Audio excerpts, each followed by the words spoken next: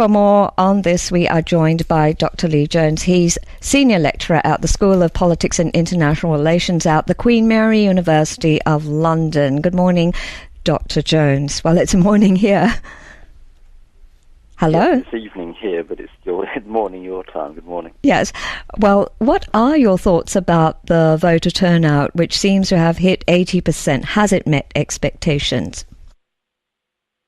Yeah, there was some concern that turnout might be somewhat low because people didn't necessarily expect a free and fair election, or they didn't expect that voting would really change very much. I think the one important thing to note is that although it's very high in some urban areas where the media is going to be present, in some areas it will actually be quite low, where cynicism is very high, particularly in the ethnic minority areas. And we have to remember that voting was cancelled in 25% more village tracts this year than in 5 years ago. Well, we've had reports that NLD supporters have begun celebrating based on initial counts. What sort of win does this suggest? Well, it doesn't really suggest anything. It just means that the NLD supporters are confident and enthusiastic about a victory. You can't necessarily read anything off that.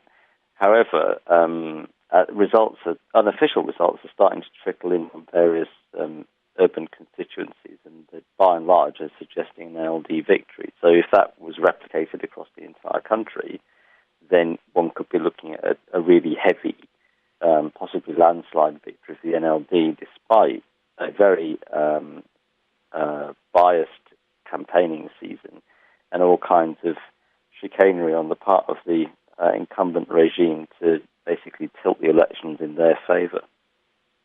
Now, if the NLD does win, how smooth a transition can we expect?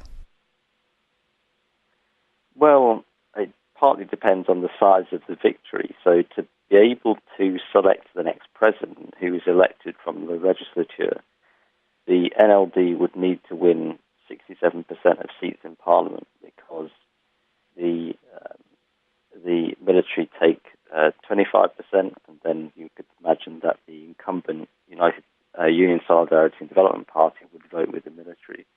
So it's quite a high threshold, or they could reach that, it's possible.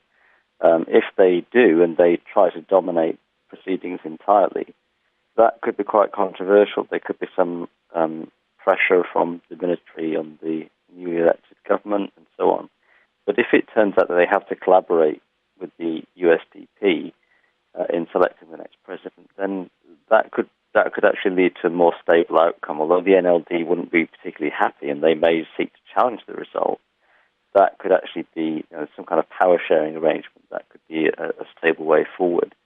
But it could be that the NLD will challenge any results that it doesn't particularly like. It's already threatening to sue people in one constituency who were sort of bussed in to basically disrupt the vote by voting for the opposition, people from outside the area. So it could be a very patchwork picture across the country. There could be multiple legal challenges. It partly depends on the outcome. But basically a landslide for the NLD does not necessarily mean a smooth transition.